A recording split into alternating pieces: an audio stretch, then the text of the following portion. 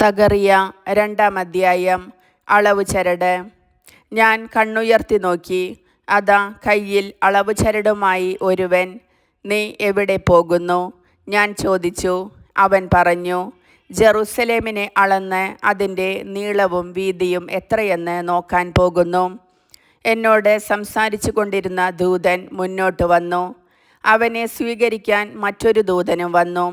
അവൻ പറഞ്ഞു, ഓടിച്ചെന്ന് ആ യുവാവിനോട് പറയുക, ജെറുസലേം മനുഷ്യരും മൃഗങ്ങളും പെരുകി കോട്ടയില്ലാതെ ഗ്രാമപ്രദേശങ്ങൾ പോലെ കിടക്കും.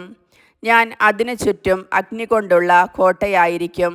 ഞാൻ അതിൻ്റെ മധ്യത്തിൽ അതിൻ്റെ മഹത്വമായിരിക്കും. കർത്താവ് അരുളിച്ചെയ്യുന്നു.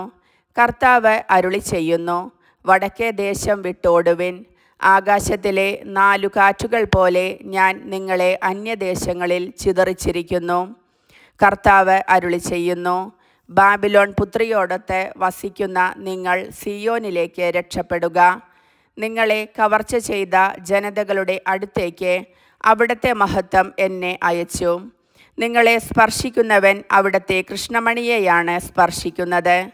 സൈന്യങ്ങളുടെ കർത്താവായ അവിടുന്ന് അരുളിച്ചെയ്യുന്നു. ഞാൻ അവരുടെ മേൽ കൈ ഓങ്ങും. അവരെ സേവിച്ചവർക്ക് അവർ കൊള്ളമുതലാകും. സൈന്യങ്ങളുടെ കർത്താവാണ് എന്നെ അയച്ചതെന്ന് അപ്പോൾ നിങ്ങൾ അറിയും. സിയോൻ പുത്രി, പാടിയുല്ലസിക്കുക. ഞാൻ വന്ന് നിങ്ങളുടെ ഇടയിൽ വസിക്കും. കർത്താവ് അരുളിച്ചെയ്യുന്നു. അന്ന് അനേകം ജനതകൾ കർത്താവിനോട് ചേരും. അവർ എൻ്റെ ജനമാകും. ഞാൻ നിങ്ങളുടെ ഇടയിൽ വസിക്കും.